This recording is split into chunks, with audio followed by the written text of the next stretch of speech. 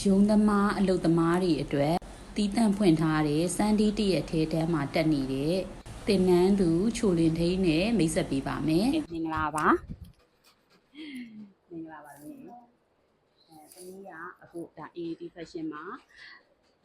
တက်တာဘယ်နှစ်ရက်ရှိပါလဲ။3ရက်။3ရက်အတွင်းမှာဘာတွေချုပ်ပြီးပြီလဲပြပါအောင်သမီး။3ပါဆိုတော့နော်။ဝစ်ကြီးကဘယ်နဲ့နေလဲ။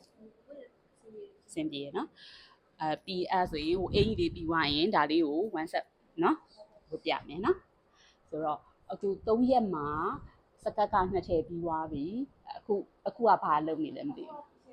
ကိုတိုင်းအတွက်အင်ကြီးအတွက်ပတ်တန်ဆွဲနေတာနော်ပတ်တန်ဆွဲနေတာဟိုကအခြေခံရှိပြီးသားပေါ့နော်အခုဒီမှာလာတက်တာじゃဘာသာကိုလာတက်တာမြန်မာပေါ်တက်အဲ့ဆိုအခြေခံရှိပြီးသားပေါ့နော်အဲ့ဆိုရင်အခြေခံကဟိုကလေးဘာတွေအရင်ချုပ်တက်ထားတာလဲဒီအင်ဒီလေးလွာအော်ဒီမယ်နော်အဲ့ဒါချုပ်တက်ကဘယ်လောက်ရှိပြီလဲအဲ့ဒါပြင်းတော့မချုပ်ဘူး3နှစ်လောက်ရှိပြီနော်ဟုတ်ပြီအဲ့ဒါဆိုရင်ဒီမှာပွဲတက်ထည်လေးနော်ပွဲတက်ထည်လေးအခု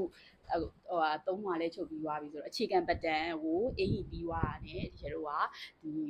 ပွဲတိုင်းဘက်ကိုသွားတော့မှာနော်ဆိုတော့နောက်ရက်ဒီမှာကျတော့ဒီမြန်မာပွဲတက်ဝတ်စုံလေးတွေနဲ့တွေ့မယ်နော်အခုဒီမှာလာတင်ရတာကြတော့ဘယ်ကနေစပြီးတော့ဒီ AAT Fashion ကိုသိတာလေ Facebook ကနေပဲသိတာနော်အဲဆိုရင်တွေ့မယ်နော်page မှာလည်းသမီးပုံစံလေးတွေကို comment ပြပေးမယ်တင်မယ်နော်